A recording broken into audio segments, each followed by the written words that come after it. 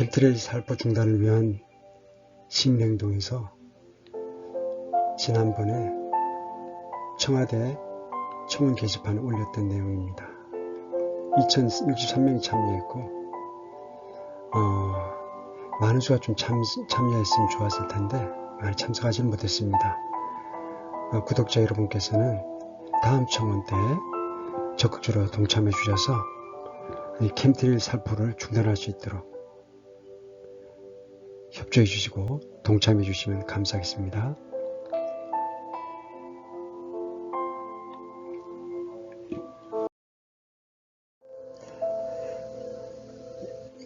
일반인들이 킴트레일과 컨트레일을 잘 구분을 못하는 것 같습니다.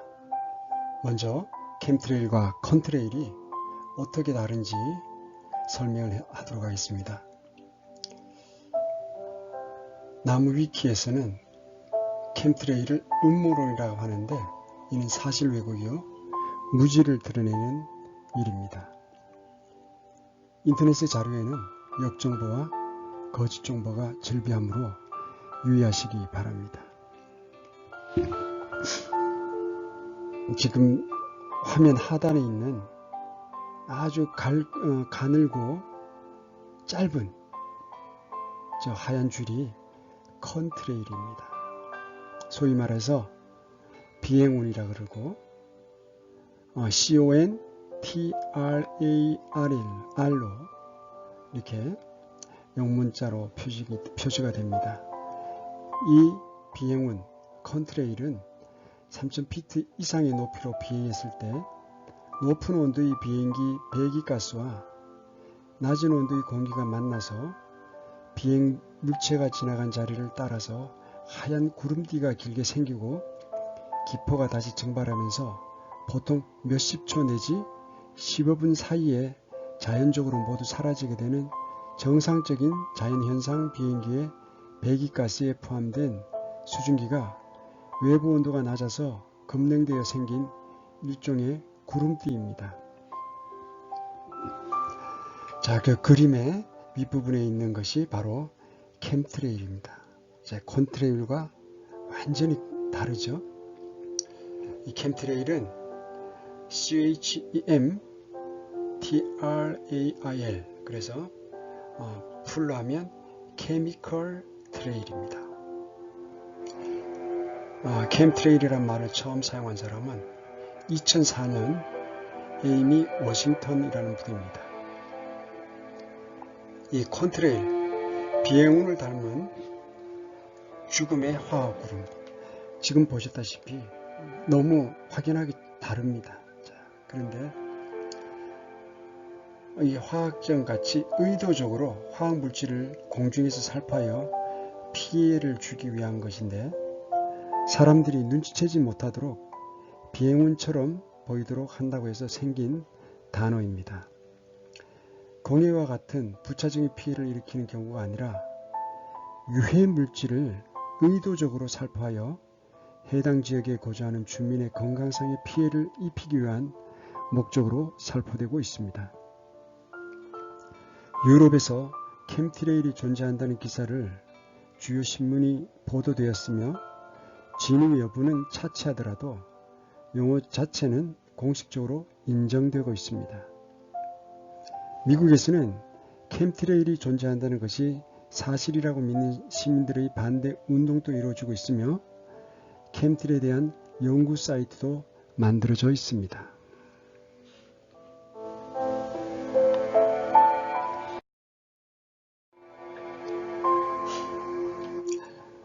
지난 2005년 2월 11일 SBS 뉴스에서 미 보고서 인공구름으로 태양 차단해 지구시키자 이런 제목의 기사가 있습니다.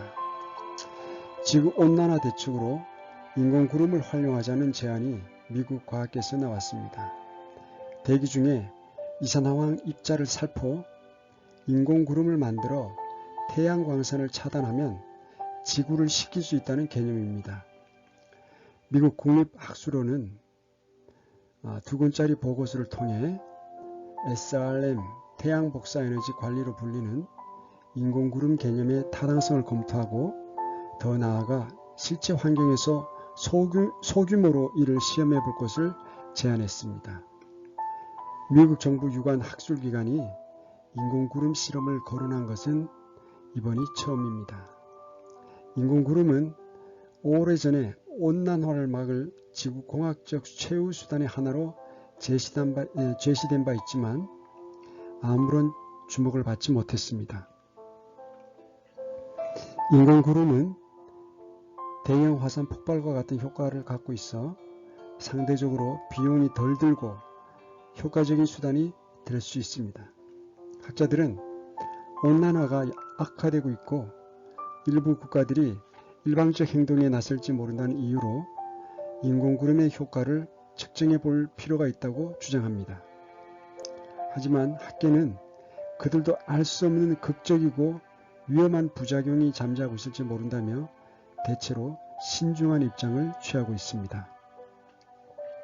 미국 과학원의 보고서도 엄청난 리스크 때문에 당장 실험할 수 없을 것으로 본다는 전제를 달았습니다.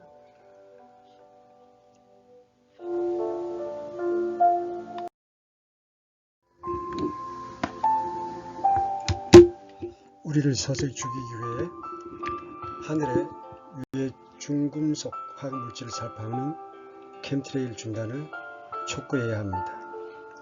어릴 적 푸른 하늘과 맑은 공기를 기억합니다. 누워서 하늘을 보면 예쁜 뭉게구름이 흘러가고 밤에는 금방이라도 쏟아질 것 같은 별이 밤하늘을 가득 채웠었습니다. 그런데 어느 순간부터 뿌연 하늘과 비행운처럼 위장한 이상한 유해 중금속 화학구름 켐트레일로 하늘을 뒤덮고 공기는 혼탁해졌습니다. 뿌연 하늘과 뿌연 공기는 과연 무엇입니까? 기상청에서 예보하는 미세먼지입니까? 아니면 무엇이겠습니까? 미세먼지, 초미세먼지라 부르며 원인을 중국발 미세먼지, 봄에는 황사로 얘기를 합니다. 하지만 중국은 베이징 올림픽 이후 발전시설 굴뚝에서 나오는 수증기조차도 시설을 갖춰 배출하지 못하도록 합니다. 우리나라 발전시설 굴뚝, 경유차 등이라고 하지만 위상도 원인일 수 있겠지만 미세먼지, 초미세먼지의 주 원인은 하늘의 유해 중금속, 유해 화학물질, 유해 곰팡이, 유해 바이러스를 하늘에 살포하여 우리를 서서히 죽이는 미세먼지 켐트레일입니다.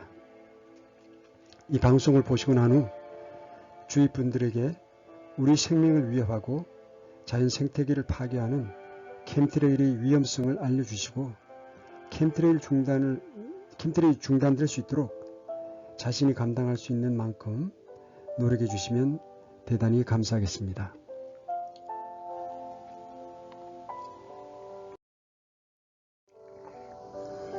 이제 우리 하늘에는 자연구름은 없습니다. 구름은 고도에 따라 상층운, 중층운, 하층운으로 구분하며 여러 형태에 따라 세분이 됩니다. 하지만 이렇게 천연적으로 우리 하늘에 흘러다녔던 오른쪽 구름과 같이 뭉게구름, 이런 자연구름은 이제 켐트레일 때문에 다 사라지고 말았습니다. 내일부터 바깥에 나가셔서 하늘을 살펴보십시오. 이렇게 아름다운 구름이 있는지, 모양이 거의 비슷한 켐트레일이 하늘에 떠 있는 것을 발견하실 수 있을 것입니다.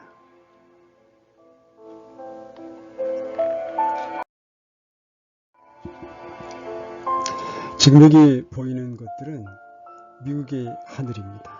우리나라 하늘과 같이 이렇게 아름다운 하늘에 한국뿐만 아니라 미국 하늘에도 이렇게 엄청난 켐트레일을 매일매일 살포하고 있습니다.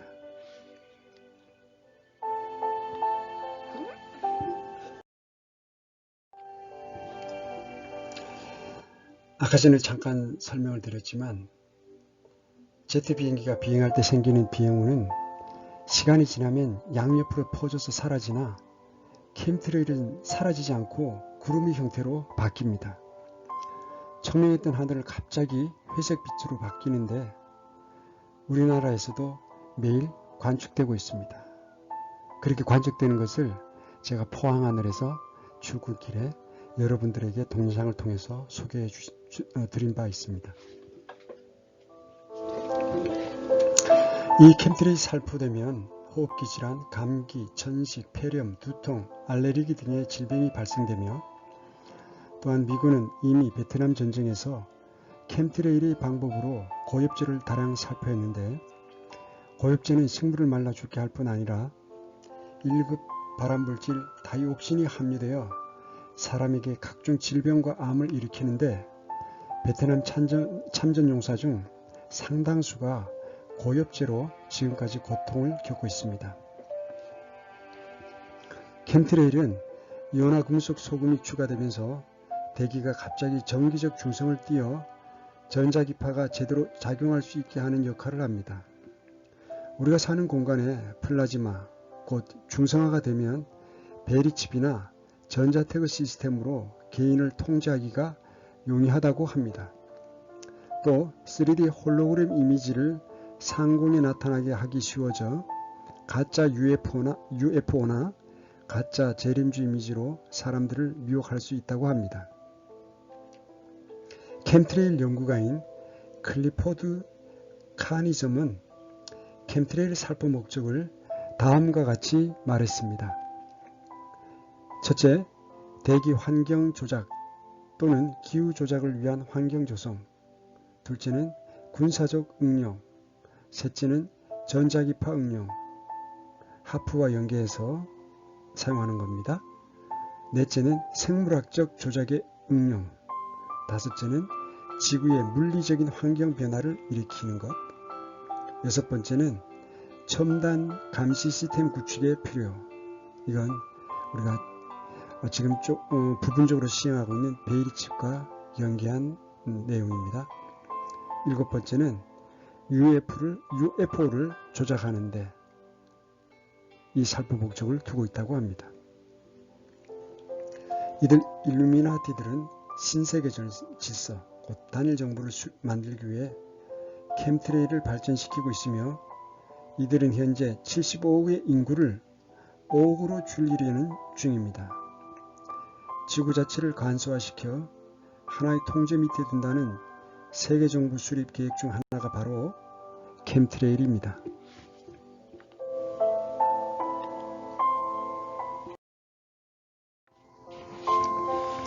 이 캠트레일은 토양의 산성화를 촉진합니다. ADD와 ADHA에 걸린 아이들의 몸에서 다량의 알루미늄이 검출되고 있습니다. 데오드란트 안에 들어있는 알루미늄이 우리 몸에 알루미늄을 축적시키는 방아쇠였다니 정말 충격적입니다. 알루미늄은 프리 라디칼을 생성시켜 세포를 사멸하게 만듭니다. 그러므로 뇌에 치명적입니다.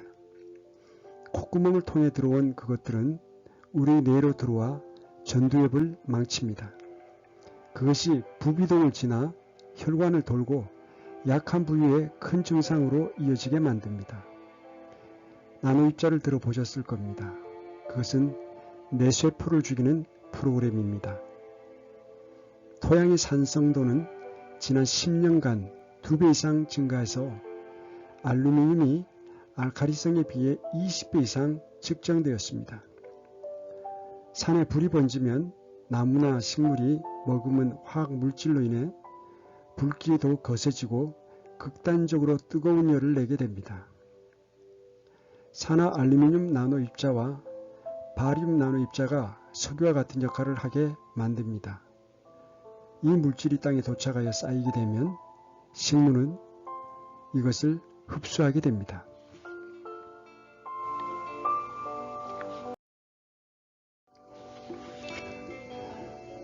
캠트레일 과학자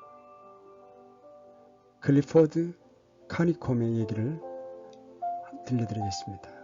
이분은 캠트레일 연구만 12년을 해온 과학자입니다. 처음에는 단순히 하늘에 나타난 이상한 구름 형태의 흥미를 느끼고 사진을 찍기 시작했습니다. 그분의 전공은 상공 촬영 조사입니다. 과학자로서 사물에 대해 선입견을 가지고 미리 판단해 버리는 것을 자제하고 단순한 주관적 의견이 아닌 사물에 대해 최대한의 객관성을 가지고 살펴보려는 과학적 이성으로 훈련된 분입니다. 그러나 지난 12년의 연구는 이것이 우리가 사는 대기 환경에 전면적인 변화를 불러올 수 있을 정도의 매우 가공할 것이라는 것에 결론을 내립니다. 캠트레일의 사용을 지구 온난화를 줄이기 위한 것이라는 기득권 과학자들의 주장과는 달리 그것과는 전혀 다른 것으로 이야기합니다.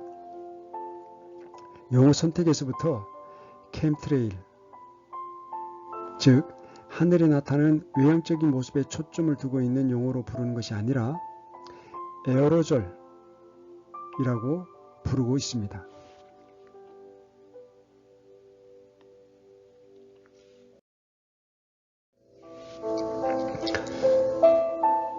자, 먼저 상식선으로 논의해 볼 수 있는 대기의 투명성 문제입니다. 대기의 투명성을 논해 볼 수 있는 가장 상식적인 기준인 눈에 보이는 투명성, 즉 가시거리를 얘기할 수 있습니다. 대기상에서의 가시거리가 급격히 줄였습니다. 항공 시 사용되는 가시거리의 기준조차도 바뀌었는데 40마일에서 10마일로 줄었다는 것입니다. 즉 미세물질의 줄기찬 살포로 우리가 사는 대기권이 거의 포화 상태에 도달했을 정도로 지금 현재 상공에서의 가시거리가 전보다 매우 떨어진다고 합니다. 이것은 아주 상식적인 선에서 에어로졸의 영향력을 인지해 볼 수 있는 증거입니다. 둘째는 대기의 플라즈마화입니다. 우리 대기는 산소와 이산화탄소, 질소 또는 수증기 등의 기체로 이루어진 기체 상태여야 하는데 점점 더 대기 속에 소위 이온화 금속 소금이 추가됨에 따라 대기가 전자기적 요소로 충만하게 되는, 즉 플라즈마화 되고 있다고 합니다. 우주, 즉 지구 바깥은 사실 순수화 대기가 아니기 때문에 우주의 일반적인 물질 상태는 오히려 플라즈마라고 합니다.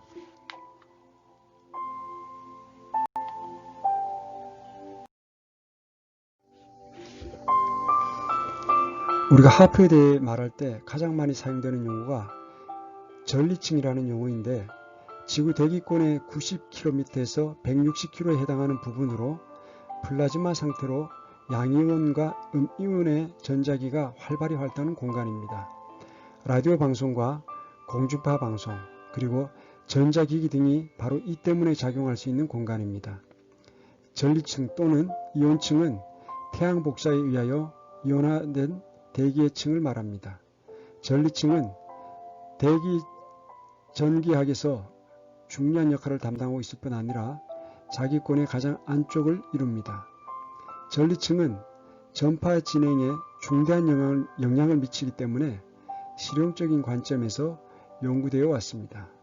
지구가 전리층으로 둘러싸여서 라디오 방송과 전자기기 등이 작동할 수 있다는 것은 놀라운 사실로서 고도로 발달한 현대 문명이 들어서기 이전에도 존재하고 있었다는 얘기입니다. 그렇다면 우리는 태초부터 이미 현재 우리가 누리는 최첨단의 전자기기, 라디오, TV 방송을 누릴 수 있게 만드는 기초적인 환경적, 물리적 구조를 갖고 있었다는 얘기입니다. 달에도 이러한 대기층이 존재한다는 것을 들어본 적은 없지 않습니까? 우리가 숨쉬고 있는 살아있는 생명체가 활동하며 대기권의 75%를 차지하는 10km 내의 구간인 대류권이 플라즈마화 되었다는 것은 지구 대기권의 혁명적인 변화를 의미합니다. 즉 생명을 보존하는 대류권의 상태가 매우 약해졌다는 것을 의미합니다.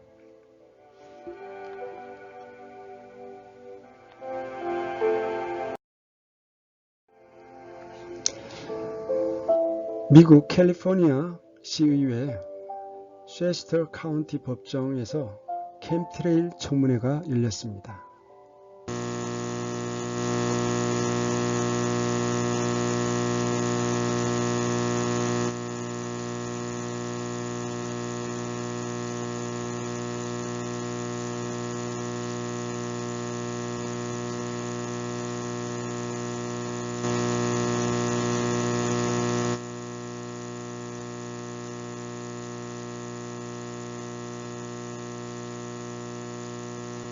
알루미늄 이온은 세포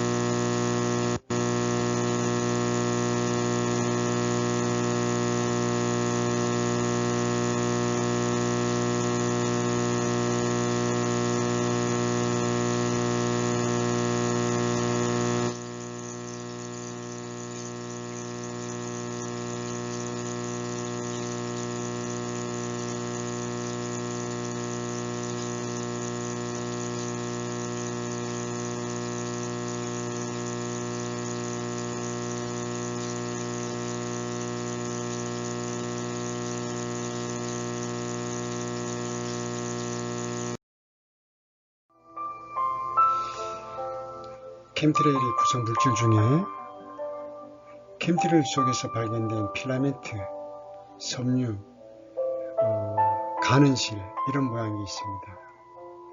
이것은 아주 이질적인 물질인데 아직까지도 정확한 정체가 규명되지 않은 상태입니다. 그리고 이걸 48시간 내에 배양하면 점점 커가는 것을 발견할 수가 있습니다. 이 사진처럼. 자, 그러니까 이게 굉장히 우리 인체에 들어오게 되면 아주 유해한 물질이 되지 않겠습니까? 자, 우리 인터넷에 보면 이 미세입자, 섬유 물질에 대해서 그 설명한 사진들이 많이 있습니다. 참고해 주시면 감사하겠습니다.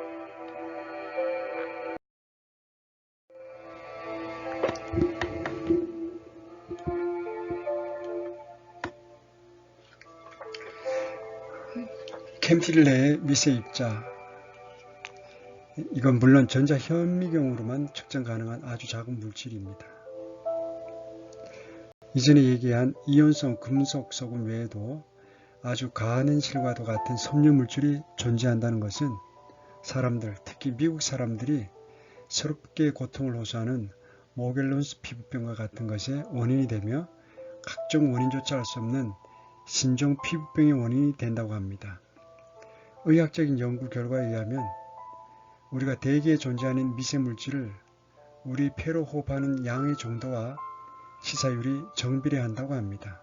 즉, 미세물질을 많이 들이마시면 마실수록 의학적으로 우린 더 많은 폐병 등과 같은 질병을 얻을 수 있게 된다는 것입니다. 이것은 그들이 살포하는 공중의 미세물질이 인간의 건강에 해를 끼칠 수 있다는 명제를 부정할 수 없는 논거가 되는 것입니다.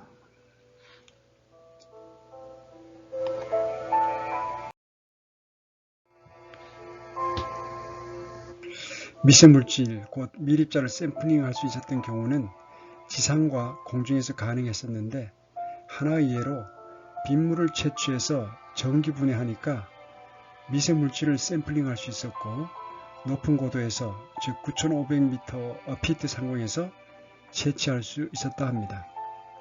샘플링한 필라멘트, 즉 섬유질 또는 가는실을 우리나라의 환경부에 해당하는 미국의 EPA의 성분 분석을 의뢰했더니 해당자가 1년 반이나 지나 하는 답변이 과간입니다. 우리에겐 원치 않는 물질을 확인해주는 정책은 없습니다. 그는 그들이 정말 정부 부서 이름 그대로 환경보호라는 임무를 갖고 있다면 우리가 생활하는 대기 환경 가운데 새롭게 출몰한 이러한 물질을 그들이 원하든 원치 않든 이것이 시민들의 건강에 줄 수 있는 위협에 대해 평가해 주어야 마땅하지 않습니까?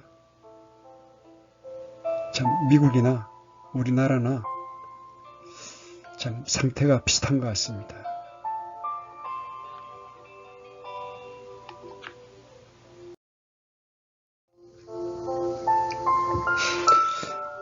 이러한 것들이 과학적으로 샘플링이 가능하고 실제로 존재한다는 것이 증명되었다면 이러한 것들을 대기상에 캠트리를 뿌리는 이유는 무엇이겠습니까?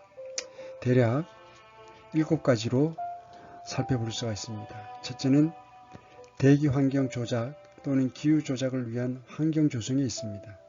둘째는 군사적 응용을 위한 목적, 셋째는 전자기파 응용을 위한 목적, 넷째는 생물학적 조작에 응용하는 목적, 다섯째는 지구 물리적인 환경 변화의 목적, 여섯째는 첨단 감시 사회 시스템을 구축하는 데 필요한 것, 그리고 마지막 7번째는 UFO를 감지 또는 탐지하는 데 필요한 것이다.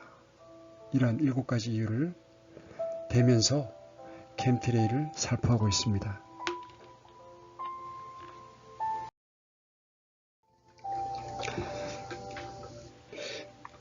유해한 태양파를 차단하고 지구온난화를 줄이기 위한 것으로 인류에게 전혀 이로운 것이다 라고 해도 시민들이 동의하지 않는 대중에게 그 사용의 투명성이 알려지지 않은 지구 대기권에 대한 캠트레이 살포는 인류를 향한 범죄 행위입니다.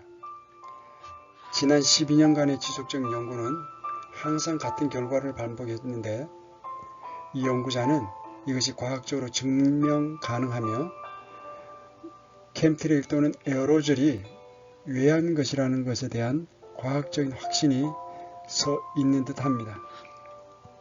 그렇기 때문에 지금부터는 지정적인 논쟁보다는 오히려 탄원과 반대에 해당하는 행동이 필요한 상황이라고 얘기합니다.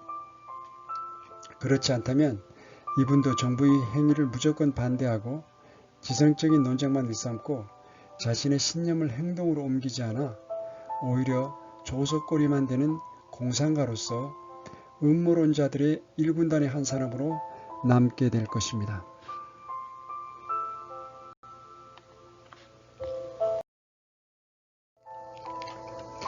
알루미늄 성분에 대해서 살펴보겠습니다.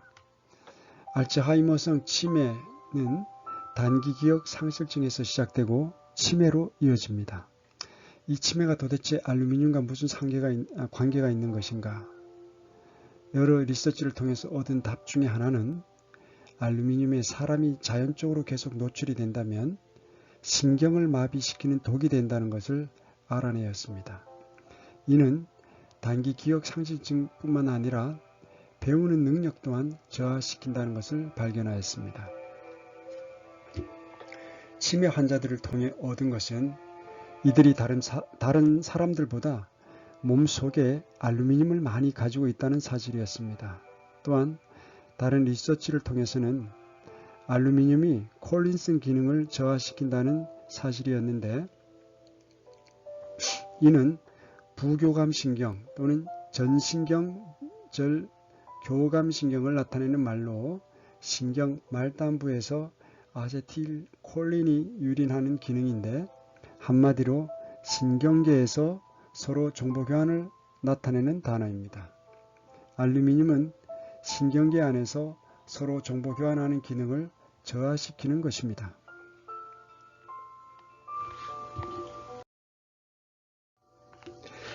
마그네슘은 우리 몸에 가장 많은 무기물 또는 미네랄 중 하나가 바로 4번째 많은 미네랄 마그네슘입니다.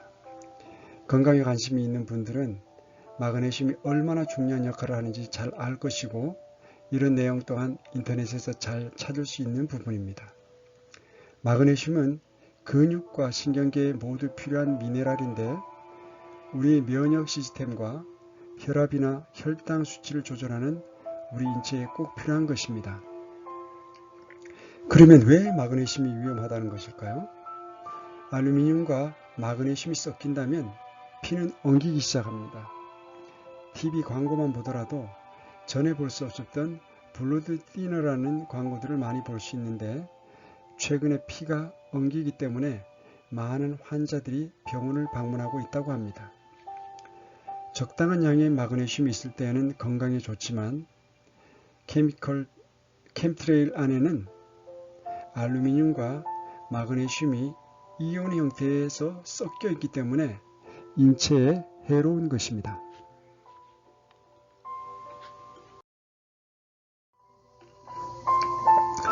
티탄은 우리 몸속에서도 발견된 금속이고 매일 0.8mg을 공기 중에서 흡입하게 된다고 합니다.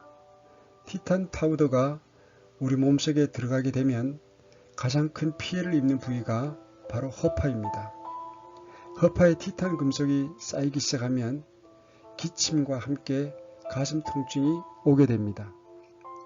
마그네슘과 함께 티탄은 혈관에 들어가면 혈액을 막기 시작합니다.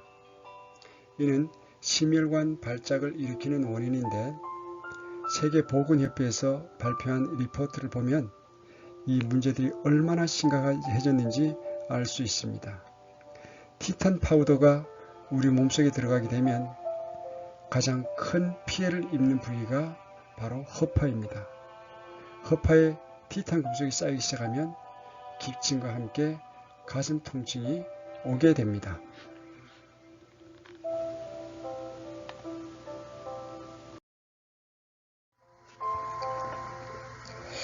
최근 미국과 대기권에 상상할 수 없는 양의 바륨 솔트가 뿌려지고 있다는 것은 많은 사람들이 이미 찾아내고 밝혀진 사실입니다.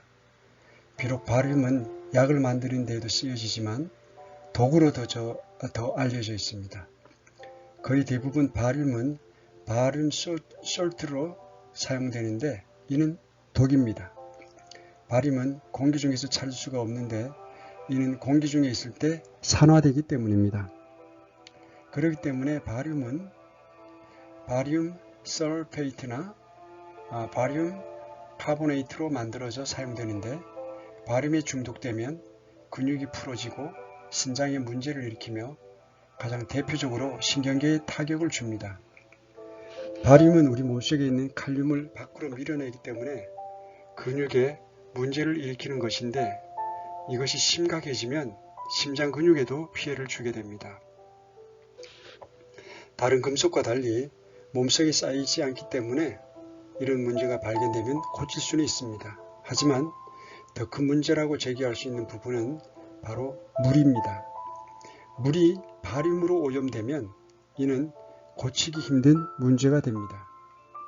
공기 중에서 숨을 쉬며 바륨을 마시고 물로도 섭취하다 보니 아주 심각한 문제로 제기되는데 쉽게 이 문제들이 발견됨에도 불구하고 아무런 대책 방안이 서지 못하고 있는 것 또한 우리가 풀어야 할 숙제 중 하나입니다.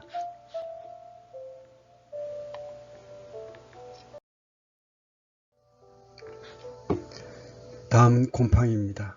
에어로졸 크림스라는 동영상을 보면 닥터 스카트라는 사람이 캠트레일을 통해 뿌려지는 곰팡이에 대해서 자세히 설명을 해줍니다. 공기 중에 살포된 곰팡이는 우리 인체에 들어가면 먼저 면역 기능을 파괴하게 됩니다.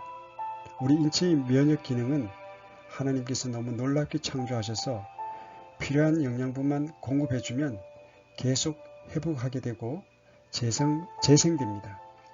하지만 곰팡이가 몸에 들어가면 필요한 영양분을 빼앗아가서 면역 기능이 파괴되는 것이고 어느 병에도 쉽게 걸리게 되는 것입니다. WHO 등에서 발표한 리포트를 보면 21세기에 들어서 그 어느 때보다 많은 사람들이 감기에 걸리고 더 나아가서는 암에 걸린다고 발표하였습니다. 기술은 발전되고 의학 또한 날로 발전해가고 있으며 많은 약들도 만들어지고 있는데 왜 이런 일들이 생기는 것일까요? 더 문제는 이런 문제가 점점 커져가면서 한 번도 들어보지 못한 희귀병 또한 생긴다는 것입니다.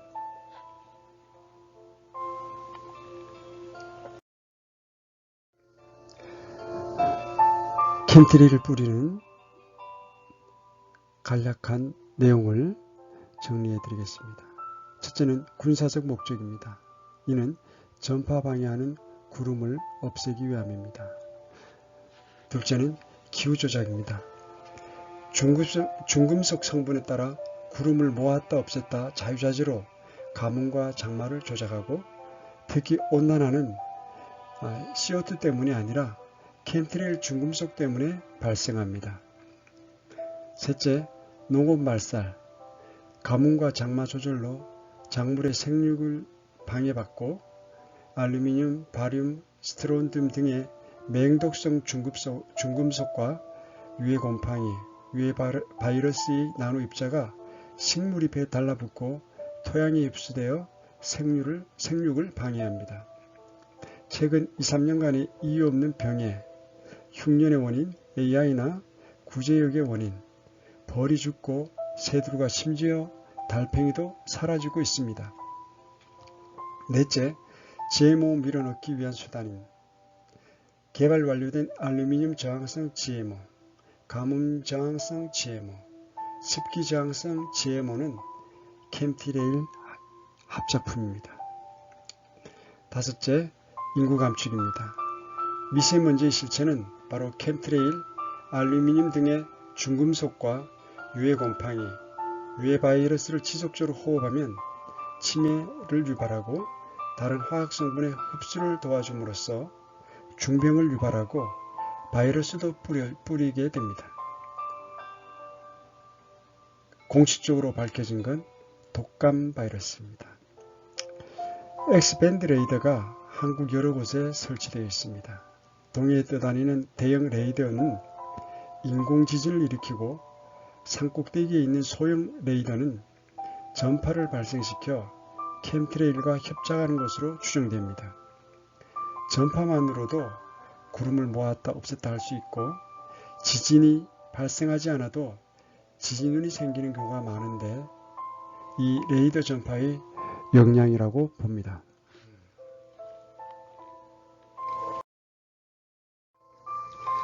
캠트레일에 장기적으로 노출되었을 때 병증들은 위상역류로부터 해서 알레르기, 알츠하이머, 천식, 각종암, 불면증, 다발성 경화증, 파킨슨병, 정신불면증, 수면장애 등 41가지, 이것 외에도 수많은 증상들이 나타나게 됩니다.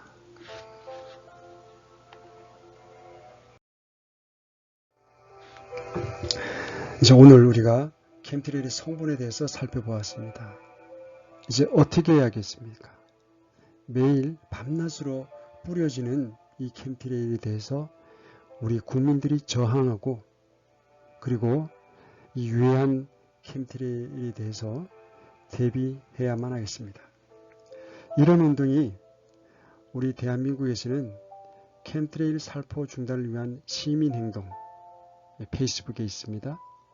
여기서 지금 열심히 활동을 하고 있습니다. 그리고 단톡방도 있습니다. 그리고 미국에서는 사우스 웨일즈의 캠트레일 와치 앤드 엔타이 지오 엔지니어링 그룹이 있습니다. 거기에서도 열심히 하고 세계 각처에 이렇게 연구 그룹들이 있습니다. 한번 방송을 청취하신 뒤에 이 사이트와 관련 사이트들을 점검해 보시고 캠트레일에 대해서 인지하시고 또 주위 분들에게 이 사실을 알려주시면 감사하겠습니다. 우리는 이 캠트레일에 대해서 인지하고 널리 알려서 언젠가는 시험관 속 기니피그 신세를 절대적으로 면해야만 할 것입니다. 이렇게 세계 지배 세력인 일루미나티, 프리메이슨, 글로벌리스트, 딥스테이트, 그리고 세계 정부 수립자들, 이런 조직들은 우리 인류의 공력이 임하지 않은 것이 아니라 우리 인류를 줄이려고 하고 노예화한다는 사실, 그리고 현재 76억의 인구를 이러한 켐트레일을 비롯한 각종 유해한 것들을 통해서 5억만 남기고 죽이겠다는 것이 가이드스톤에 새겨져 있습니다. 이 사실을 여러분이 잘 아시고 이제 내일부터 길거리를 가시거나 운전 중에 하늘의 변화를 살펴보시고 이 켐트레일에 대해서 새롭게 인지하고 또 운동에 함께 동참하시고 또 이 해악에 대해서 대비하는 우리 구독자님들이 되셨으면 좋겠습니다. 긴 시간 함께 해주셔서 감사합니다. 평안하십시오.